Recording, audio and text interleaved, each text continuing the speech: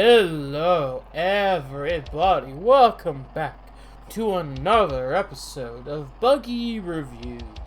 Today's episode, we are going to be stepping into the crazy, wild mind of James Gunn as he continues on to his second foray into DC with Peacemaker. Now, my history with this character only really extended from the James Gunn Suicide Squad movie, which I thought was a great movie.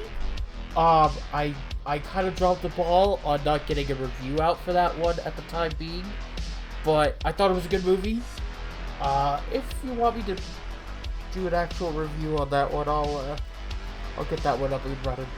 But for now, we're gonna focus on Peacemaker. Now, Peacemaker was a character that was in the movie, and just a lot happened there, and now he got his own show with James Gunn, doing the directing, and he directed some episodes, but he did write a lot of the whole thing. So, what is Peacemaker? Well, Peacemaker is this character who John Cena described as a douchey Captain America. Now, he kind of fits in that realm because this is a character that is like so dedicated to making peace that they will do whatever is necessary. Whether or not they gotta kill people to do it. They're just so wild and crazy, like they're just an extreme. And this show kind of like goes into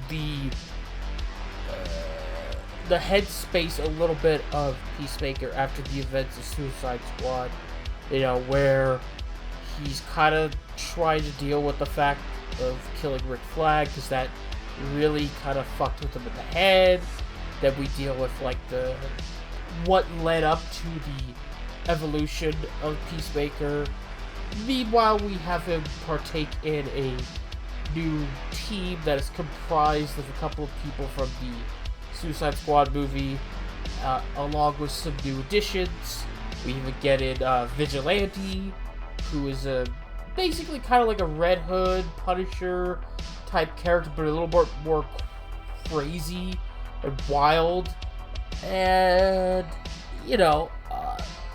basically they gotta stop like a body stature alien invasion. Like, that's just the general, like, premise there. Is like, that's the thing. And a lot of crazy, like, shit and hijinks in typical James Gunn fashion occurs. That's kind of like the general, like, outline of the show. Like, this is what you're getting here. Now, I would say the tone of the show, it fits in that, like, kind of Deadpool style comedic area with it kind of hits you a bit rapid fire on the jokes a little bit, depending on how you feel about it, and if you're familiar with James Gunn's work beyond from just the Guardians of the Galaxy movies, like if you watched Super or or whatever, you probably kind of got a better idea of what you're working with.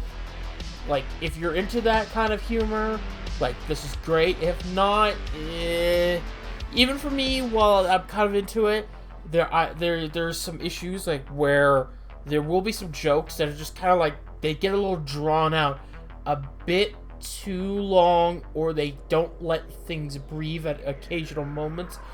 It's some slight issues here or there. The show is so good, but there are some attracting areas there. The action I found to be fun and exciting and, like, brutal, like, because it maintains, like, the R rating, like, just shit just go insane, and it's very wild. Like, a lot of blood, a lot of guts, just total bloodbath. For the general characters, I think Peacemaker was kind of just, it was fine for me. He kind of comes off a bit just crazy and unhinged a lot, but can feel for the guy because of the circumstances that he was raised in. When you learn more about his backstory, about who his father was and whatnot, like family trauma and all this shit, and it just like all this shit that really fucks with this guy's head, you know. And sure, he kind of like, he's not aware of certain like how to act properly or how like things really go, you know, and maybe he has occasional moments of acting like a meathead at times, but I think it plays to that character's charm, at least for me. It really would depend on your cup of tea for that one. Like, what is your preference? For me, I think it was passable. I can definitely see why people might have some issues with it. Vigilante, who is basically Peacemaker's, like, sort of wild, obsessed best friend, he's a crazy person. He's, like, someone you probably don't want to meet. Like, he's fun and entertaining, but if you were to meet him in real life, you would probably run screaming the other way. Like, he pulls off, like, this serial killer vibe. Like, he's got somebody locked up in his van right now, you know? And the actor plays a pretty compelling, fun, entertaining character to watch, despite giving a lot of the comedic quirks and tones that are like, kind of, like, it kind of, you know, could be a detriment to the character itself. As for, like, the other supporting characters, like, there's a couple of them, like, Hardcore, who was in the Suicide Squad movies. He was one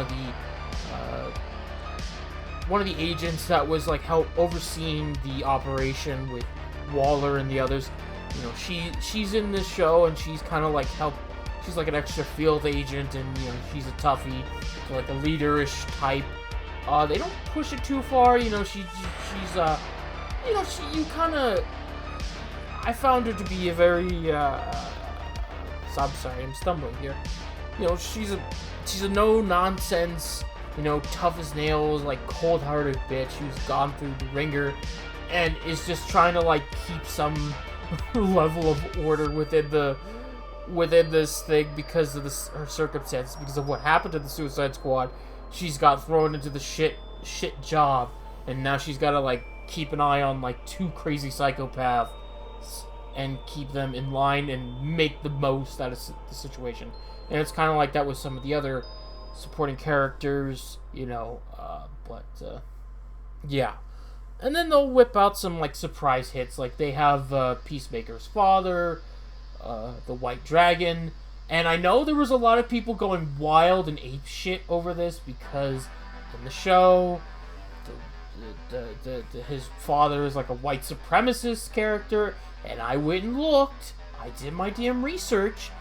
And the character, because in the comic books, while Peacemaker's father was never the White Dragon in the comics, all of the people who've worn that mantle in the comics from day one in the Suicide Squad comics from the fucking 70s and 80s, white supremacist stuff. All the time. There was multiple people who held that name, and they've done white supremacist shit. So it's accurate to the material, you know, and I think it's maybe, depending on how you feel about it, it could be a bit overdone or not. I know people are going to have some issues with it.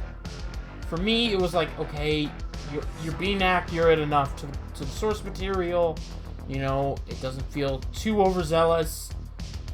Here, I think it's just, yeah, it just really depends on how you can handle these things, you know. But I will concede that the White Dragon suit is kind of cool because it just makes me think of, like, Power Ranger shit, which I just, you know, just my personal preference. I wouldn't mind a action figure of that character, you know. Hot Toys, so hit me up. But yeah, you know, that kind of shit happens, you know. There'll be some moments where they'll have a weird scene or line of dialogue that goes on that can really hit you somewhere.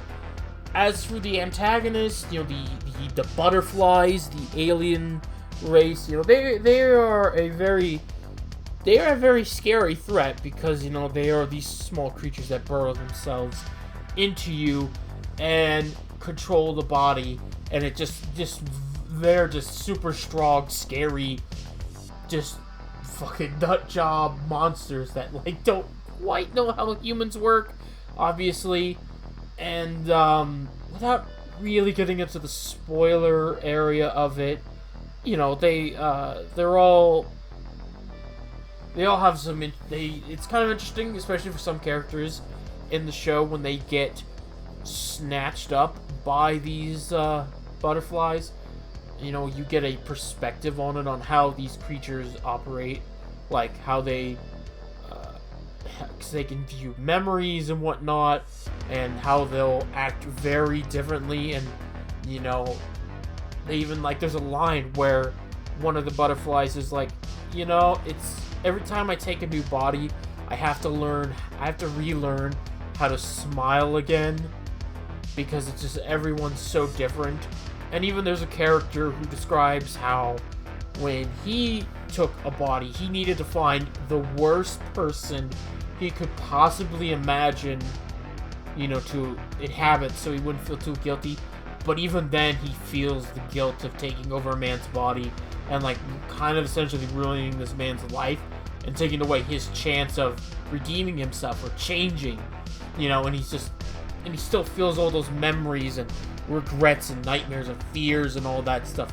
It's very interesting, stuff to think about, And the show kind of ends off, I know it got greenlit a season 2 at the time of this recording, but the way that the show kind of wraps it up, it does it in a way where even if there wasn't really a season 2, the main general crux of the story is all kind of wrapped up, and maybe there might be a strand here or there that they can expand on in season 2, obviously.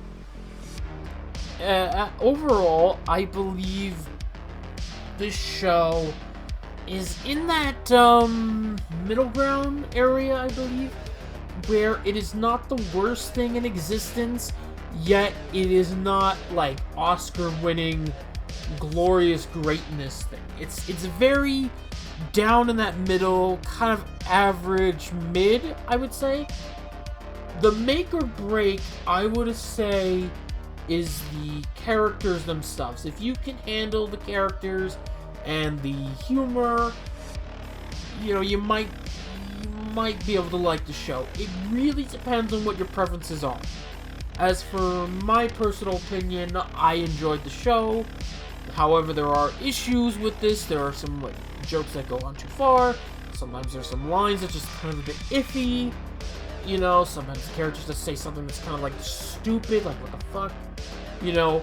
Otherwise, it's an alright, decent show to kind of chill back, crack open a cold one, and just watch for a couple of hours. It's only about 8 episodes, so just binge that off while you're doing some work or something in the background, But yeah, that's about my thoughts for Peacemaker. If you've seen it, what are your thoughts about it? Also, what else in the superhero genre do you want me to review? Comics, games, movies, TV shows, the occasional anime, anything within that superhero realm. Leave it down in the comment section below, and I might check it out. I'd like to thank you all for coming along, and I'll see you on the next episode. Goodbye!